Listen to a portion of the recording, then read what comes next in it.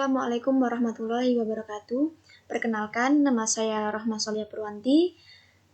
Saya di sini akan mempresentasikan hasil wawancara saya tentang klasifikasi usaha tani pada tanaman kangkung. Oke, next. Kangkung merupakan tanaman hortikultura yang termasuk pada tanaman sayur-sayuran. Tanaman ini memiliki ciri khas daun yang berbentuk cenderung bulat dan lonjong yang berwarna hijau. Tanaman ini sering kali ditanami oleh petani karena proses tanamnya yang terbilang mudah dan tidak membutuhkan biaya yang terlalu banyak. Berikut adalah faktor usaha tani dari budidaya kangkung di Desa Kempleng, Kecamatan Purwasri, Kabupaten Kediri. Next, pembahasan klasifikasi berdasarkan bentuk, pola, dan corak. Yang pertama, berdasarkan bentuk. Berdasarkan bentuk, penanaman kangkung yang dilakukan merupakan rencana kegiatan dari pelaku pemilik lahan, di mana setiap tahunnya pemilik lahan atau petani melakukan penanaman kangkung guna untuk mempertahankan lahan yang ia miliki dan berdayakan sumber daya yang ada. Dan yang kedua, tentang pola. Berdasarkan pola, tanaman kangkung ini termasuk usaha tani mixed farm, di mana dalam satu tahun lahan akan diganti oleh dua komoditas, yaitu kangkung dan padi. Yang ketiga, berdasarkan corak. Tanaman kangkung termasuk pada usaha tani komersial dan subsistem, di mana petani menanam kangkung untuk mencari keuntungan atau menambah profit, dan juga untuk memenuhi kebutuhan sehari-hari.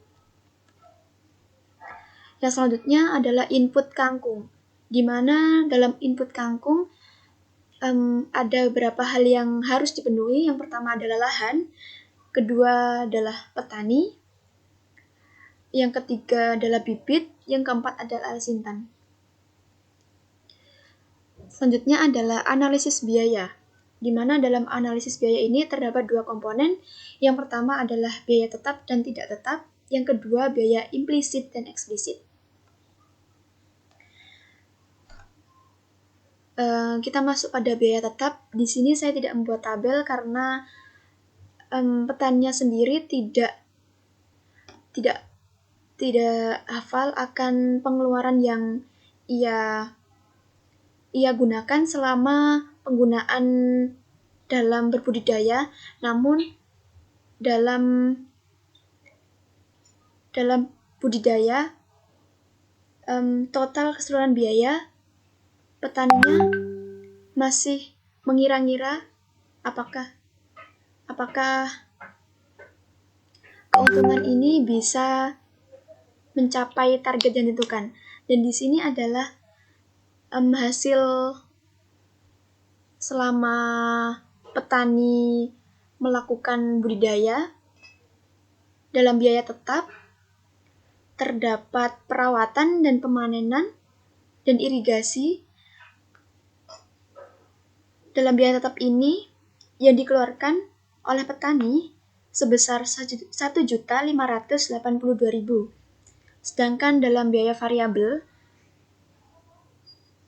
biaya yang dikeluarkan sebesar 860, di mana dalam pengeluaran ini mencakup pembiayaan benih, pupuk, dan tenaga kerja.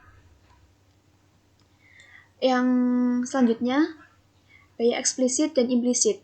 Dalam biaya eksplisit ini dikeluarkan oleh petani kangkung untuk tenaga kerja, bahan baku, peralatan, pemasaran, dan total biaya yang dikeluarkan dalam biaya eksplisit sebesar 2 juta rupiah, sedangkan biaya implisit merupakan biaya yang tidak wajib dikeluarkan karena biaya ini digunakan sebagai biaya darurat seperti perbaikan alat-alat dan bonus tenaga kerja. Dalam biaya implisit ini total yang dikeluarkan oleh petani sebesar 807.000. Total dari biaya eksplisit dan implisit sendiri dan juga biaya tetap dan biaya variabel berjumlah 5.249.000. Selanjutnya, biaya penerimaan. Dalam biaya penerimaan yang diperlukan oleh petani, dalam 1 kali musim tanam memperoleh produksi 5.350 ikat dengan harga jual 1.200 per ikat dan memperoleh penghasilan 6.240. 6.240 di sini hasil dari 5.350 dikali dengan harga jual dari kangkung per ikat, yaitu 1.200. Selanjutnya, biaya pendapatan dan keuntungan. Total pendapatan petani di mana dihasilkan dari biaya penerimaan dikurangi dengan biaya total, TR dikurangi TC. Dengan total TR 6.240 dikurangi TC 5.249.000 yang hasilnya menjadi 991.000 rupiah. Selanjutnya, biaya keuntungan didapat dari hasil pendapatan dikurangi biaya implisit, yaitu 99.100 dikurangi 807.000 dengan total 184.000 rupiah. Kesimpulan, perhitungan usaha tani dapat dikatakan untung karena total dari perhitungan mulai dari biaya awal sampai akhir yang didapat adalah sebagai berikut. Total yang didapat oleh petani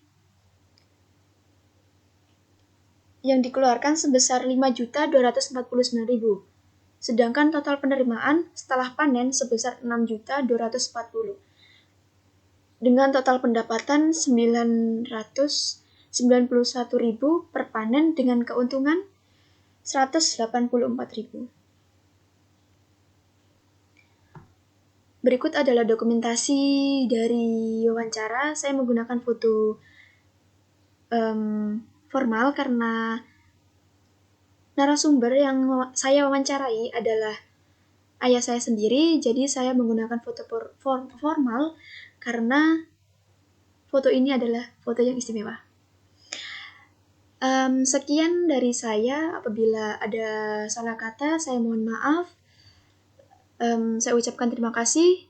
Wassalamualaikum warahmatullahi wabarakatuh.